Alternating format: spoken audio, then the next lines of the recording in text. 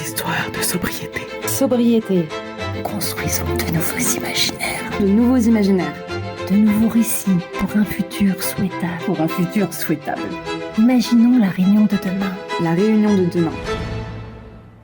Nous sommes en 2024. L'équipe de Fresque.re accompagne des étudiants de l'école Vatel pour imaginer l'île de la Réunion en 2030 vivant dans la sobriété. Ninon, Clémence, Mira, Marian s'imaginent être les actrices et les acteurs de ce changement de société. Voici leur récit intitulé Cancro Love. Histoires de sobriété. Histoire, sobriété. Bienvenue à tous, je vous remercie d'être présents avec nous ce soir. Nous avons fêté cette nouvelle année d'une des plus belles manières. L'entreprise fête en cette année 2030 l'extension à l'échelle européenne des produits Cancro Love. Cela a été un long combat semé d'embûches avec beaucoup de remises en question et de doutes. Mais notre but a été finalement accompli, changer les regards des Réunionnais par rapport à cette nouvelle façon de se nourrir, saine, bonne et sans risque, qu'est l'alimentation insectivore. Mais revenons au début, nos premiers pas vers ce projet. À La Réunion, nous avons connu un drame en 2023, de nombreux décès causés par une neurotoxine présente dans la viande bovine. À la suite de cela, beaucoup d'entreprises d'agroalimentaire et d'élevage ont fait faillite. Pour la société réunionnaise, la vision et la consommation de cette viande n'étaient plus consommables. Les entreprises qui ont survécu ont bien compris l'impact de l'élevage intensif et se sont orientées dans des élevages limités, réglementés, écologiques, éthiques, mais surtout responsables. Ainsi, cet événement a entraîné de réelles conséquences. En 2025, notamment, des taxes pour les entreprises ont été appliquées afin de réguler et de contrôler l'élevage. Le prix de vente de la viande a augmenté et la demande a alors baissé. Afin de trouver une alternative, Cancro Love a proposé sur le marché des produits alimentaires à base d'insectes. Selon des enquêtes scientifiques, il a été prouvé que l'apport de protéines était plus important que dans un steak de viande bovine par exemple.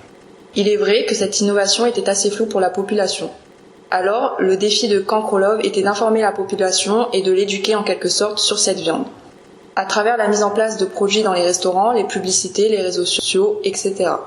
Le but était de normaliser la consommation de ces produits. En 2027, la concrétisation de ce projet a été marquée par le développement de l'élevage et des formations des éleveurs afin de proposer un essor qualitatif à cette nouvelle industrie. En 2030, les produits à base d'insectes sont devenus une norme à La Réunion. Sa consommation est entrée dans les habitudes de la population réunionnaise.